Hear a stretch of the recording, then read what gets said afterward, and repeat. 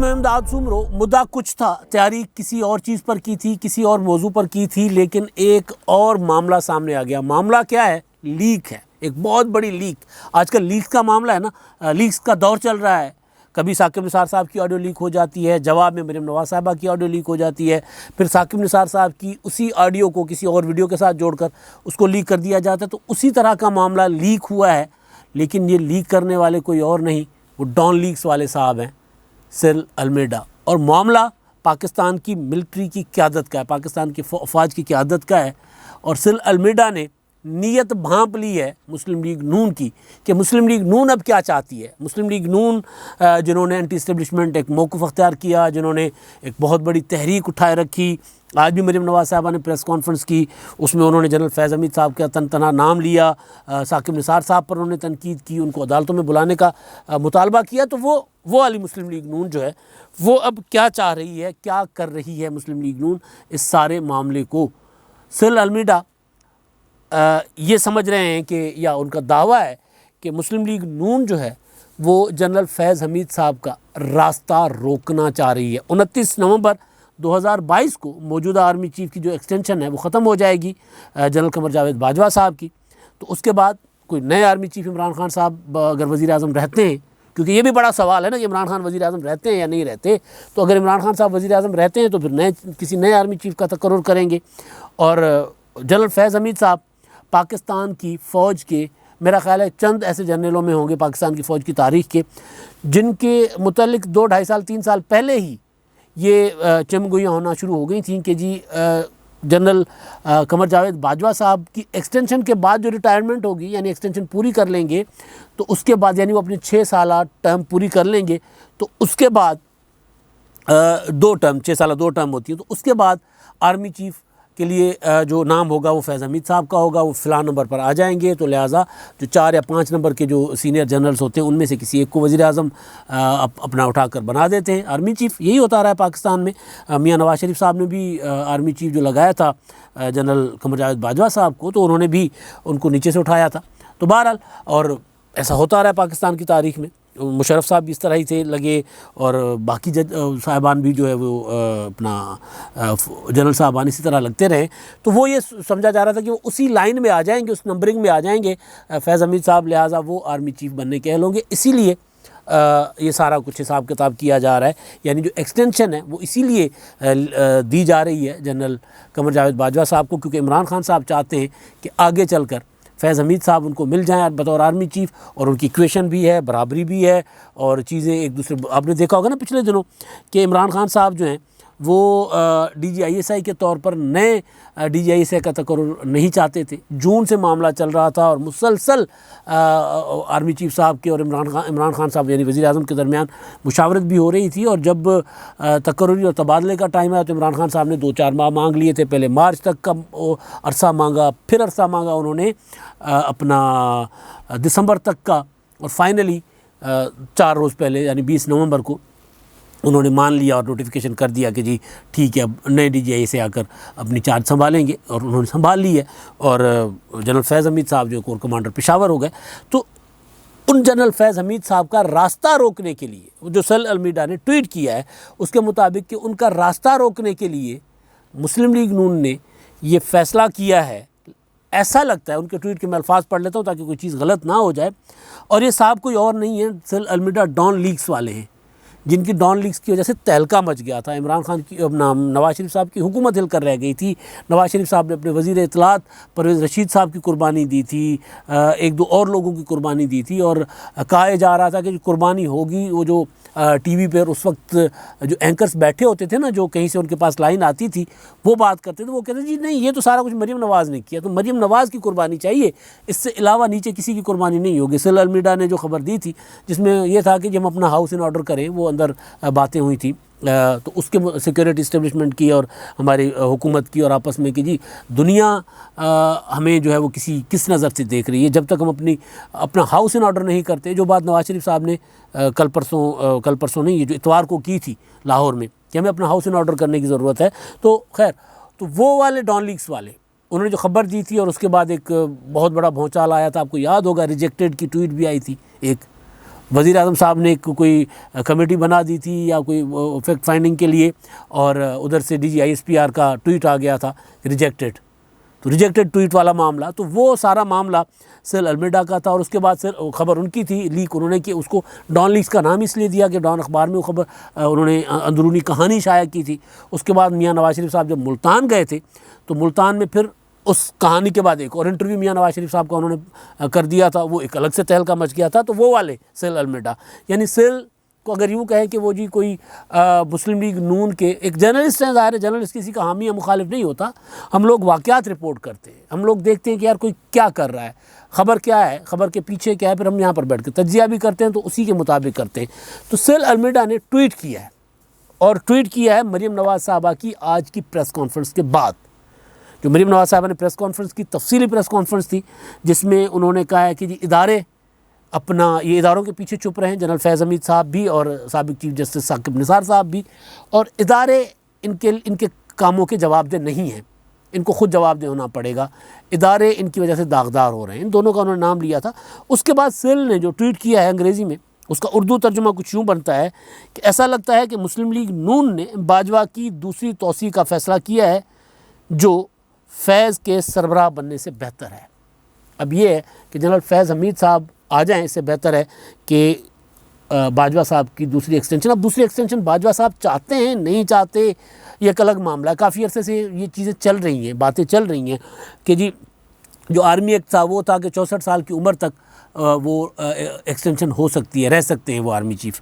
Army act में जो तरमीम हुई थी ना, वो जो मैंने मामला गुजारिश की कि वज़ीर आज़म इमरान खान साहब ने से तो एक समरी नहीं बन रही थी, और बंदा कोई सुप्रीम कोर्ट में चला गया, और सुप्रीम कोर्ट में फिर मामला इतना कि सुप्रीम कोर्ट एक समरी, दूसरी समरी, तीसरी समरी हो ही नहीं पा रही थी। ऐसे लग रहा था जैसे इमरान खान साहब एक्सटेंशन देने के बजाय मामले को प्रोपेगेंडा की नज़र करना चाह रहे हैं या बदनाम करना चाह रहे हैं कि यार कोई और फिर फाइनली ये हुआ था कि अब अपना कमर जावेद बाजवा साहब खुद गए थे, और उन्होंने बैठकर, जो खबरें आई थी कि उन्होंने बैठकर वो सारी चीज़ें देखी थी, और उसके बाद जो एक्सटेंशन का जो नोटिफिकेशन हुआ था वो फिर सुप्रीम कोर्ट में काबिल कबूल हुआ था। और फाइनली सुप्रीम कोर्ट ने ये भी कहा था कि जी आप जाकर इसको अपना काबिल कबूल क्या हुआ था, बल्कि सुप्रीम कोर्ट ने कहा था कि पार्लियामेंट इस मामले को देखे। और उसके बाद फिर हुआ था वो आर्मी एक्ट की मंजूरी हुई थी कौमी असम्बली से, और वो आर्मी एक्ट की जो मंजूरी थी उसमें भी आपको याद होगा कि वो मुस्लिम लीग नून जो है वो सबसे आगे थी। अभी हुकूमत तो इसमें कहा जा रहा था, ख़बरें ये थी कि हुकूमत सारी एक्सटेंशन को तनाज़ात का शिकार करना चाह रही है,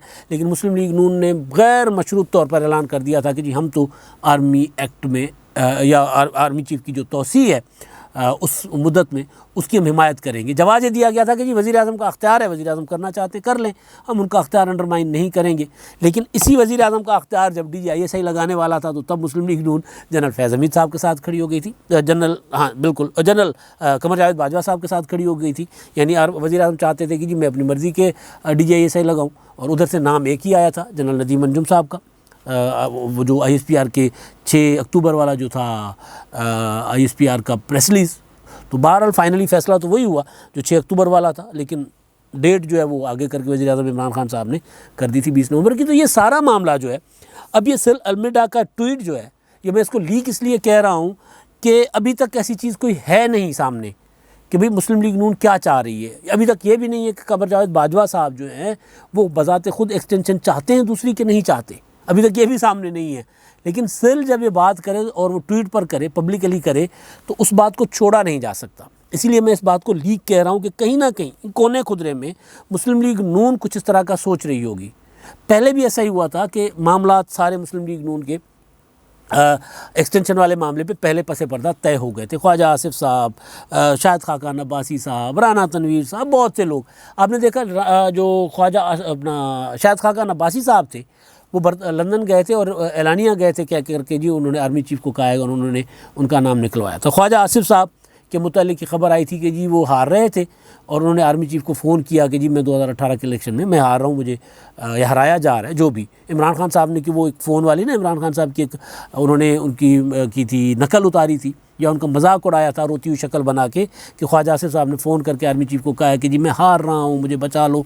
तो वो बाद में ख्वाजा आसिफ साहब ने कहा कि जी मैंने बिल्कुल फ़ोन किया था।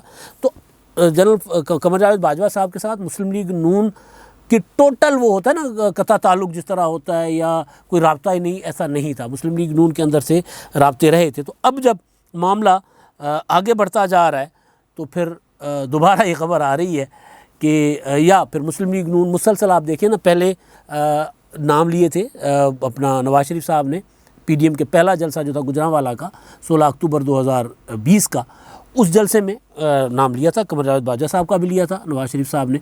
और उसके बाद फिर आहिस्ता आहिस्ता आहिस्ता करके अब उधर मिलिट्री इस्टेब्लिशमेंट में से एक ही नाम आता है और वो आ रहा है जनरल फैज़ हमीद साहब का। आज भी मरीम नवाज़ साहबा ने प्रेस कॉन्फ्रेंस की और हैरत अंगेज़ तौर पर उस प्रेस कॉन्फ्रेंस में फैज़ हमीद साहब के नाम को म्यूट नहीं किया गया था। इससे पहले आसिम सलीम बाजवा साहब जो थे उनका नाम आता था तो वो लग जाती थी, क्योंकि जब लाइव चल रहा होता है तो डिले पे होता है, कुछ सेकंड्स का कुछ मिनट्स का डिले होता है तमाम टीवी चैनल्स, ताकि कोई ऐसी कोई बात ना चली जाए। पैमरा रूल्स हैं ताकि कोई ऐसी बात ना चली जाए जो किसी भी हवाले से नशर करने या पब्लिक करने पर पाबंदी है, ममनू है। कोई नफ़रत अंगेज़ बात होती है, कोई किसी के मज़हब के ऊपर, अक़ीदे के ऊपर बात कर देता है, कोई फ़ौज पर, अदलिया पर तनकीद करता है या उनके ऊपर कोई भोंडा इल्ज़ाम लगा देता है, तो वो एक होता है, हर दुनिया जहान में होता है। तो वो डिले में पहले जब आसिम सलीम बाजवा साहब का नाम आता था तो म्यूट हो जाता था, वो टू बीप लग जाती थी। आज नहीं हुआ। हालांकि ये जो फैज़ हमीद साहब है रिटायर तो नहीं हुए, ये कोर कमांडर पेशावर हैं, 4 दिन पहले तक DGIS थे। तो ये सारी चीज़ें शायद देखकर सिल अलमिडा को लगा कि कुछ ऐसा हो रहा है कि जी कोई हालात बदल रहे हैं, हवाओं का रुख बदल रहा है, शायद कुछ इस तरह का मतलब होता है ना।